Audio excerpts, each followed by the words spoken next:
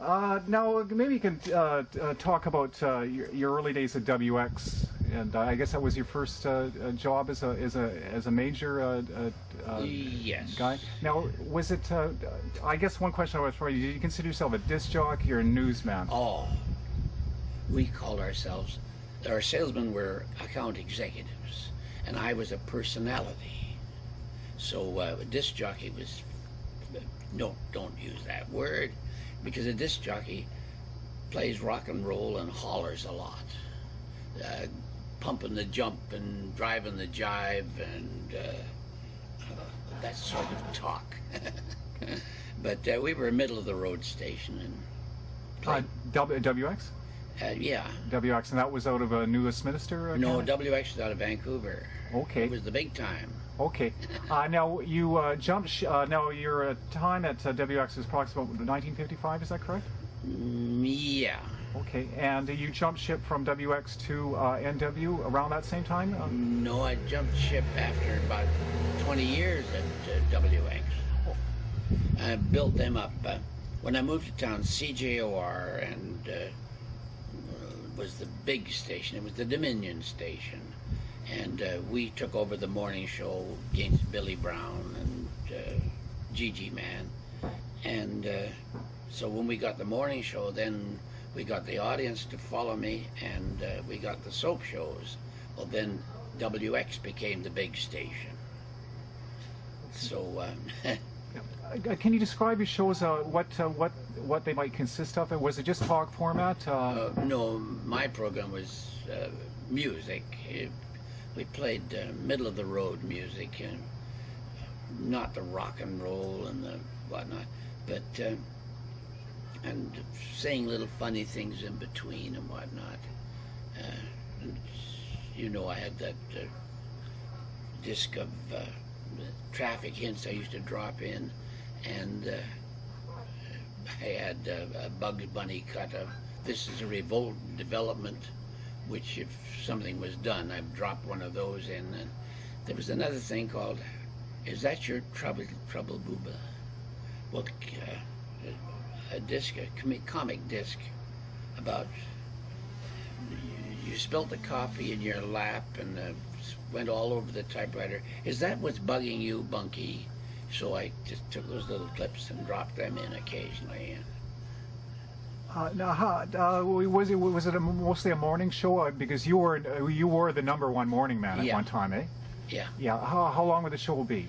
Well, I started at 5 in the morning and went till 9 o'clock. 9 o'clock. So it was a 4-hour shift? Yeah. But from 8 o'clock to 9, it was tape shows, morning devotions, and the roving mic with Bill Hughes. Which was the longest running radio show on the West Coast at that time. And so that was filled up the hour between 8 and 9, so I just had to operate that really. And then Jack Webster came on at 9.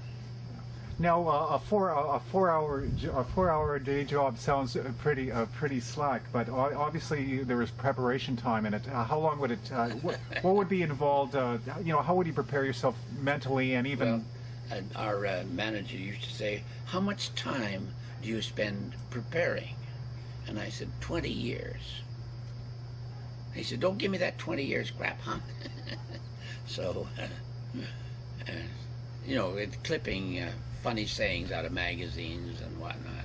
So could you spend like an 8-hour day in besides your show? Like when you left in the morning, when would you come back? At 9 o'clock, I had to go down and check the continuity, the writers, the creative department for any commercials they had written and ready for me, and then I went in and recorded them. I would say 10, 11 o'clock I was through for the day. Yeah. Now, did you ever have days where you might experience stage fright? You had a large audience. Did you ever get apprehensive of when you were going on air? Or was yeah. Well, I used to stand in the wings and take a deep breath and say, "Okay," Rio Thompson, one of my early program managers, said, "Don't wheedle the buggers. snarl at him, you know. So, Now, did you consider yourself a celebrity? yeah. Okay. Was there good experiences and bad experiences dealing with the general public? Did you have guys that were, you know, fans and people that weren't fans? Well, Or were you not that? You're not a we weren't a confrontational type of there's a person. few of them. Like one guy said, "Oh, you radio now, so I'll think you're something. I'll bet that's a phony wig." And he grabbed my hair and pulled.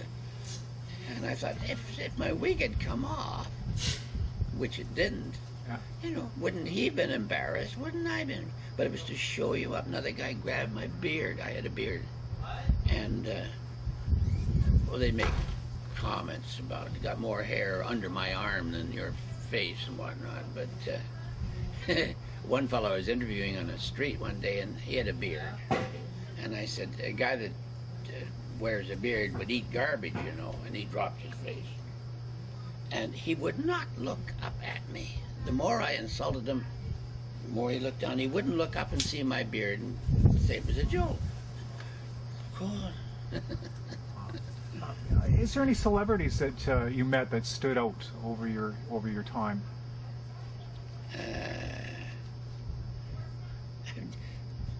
Forgotten his name now. Jack Betty's singer, Kenny Baker? No, after Kenny Baker. Anyway, I interviewed him and at 4:30 in the morning, and he turned up, and he had Maybelline in his eyes, and eyeshadow, and his fingernail.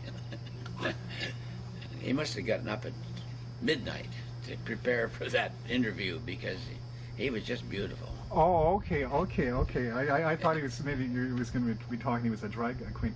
Can you talk about Red Robinson? Now, these are names my particular show has gone all along the world, so people might not know who Red Robinson, but maybe you can fill in that he was a Canadian broadcaster, but you know. Yeah, he was the king of rock and roll in the West Coast.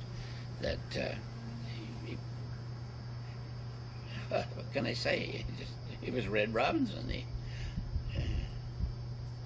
A dealing that you might have had, or a conversation that did you meet these? Did you meet Red? Yes, but he was another radio station. Okay. So you were more competitors, or? Yeah, he was the rock and roll, which we all would look down on because we were what we call middle of the road, and, you know, not extremes.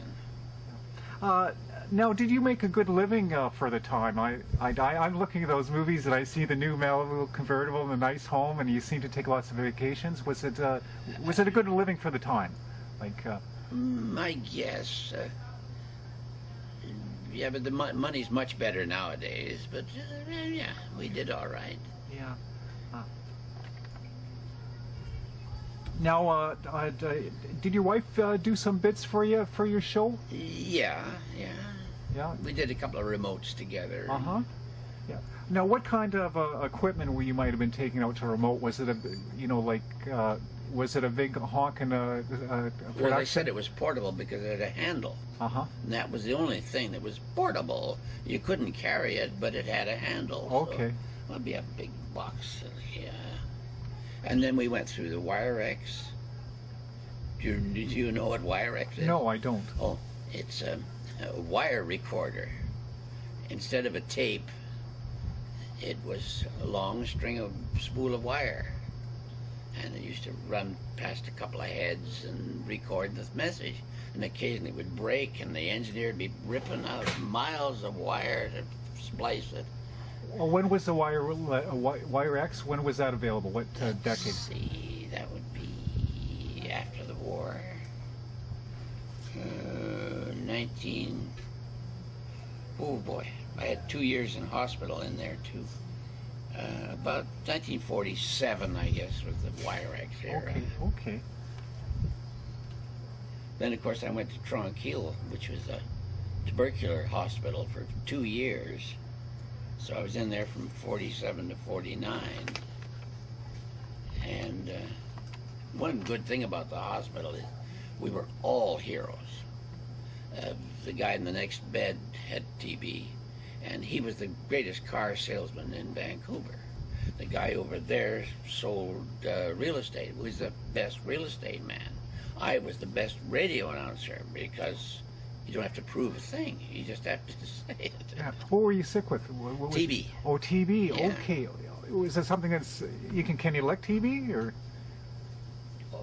I think so. Oh, okay, okay. You can now. With How would you have got it? getting run down, tired. I did all the war bond shows on the street at, raising money for Canada war bonds and introducing live acts and whatnot. And I thought I'd become famous by appearing in all them. What, a motion picture? No, this is on the street. And Okay.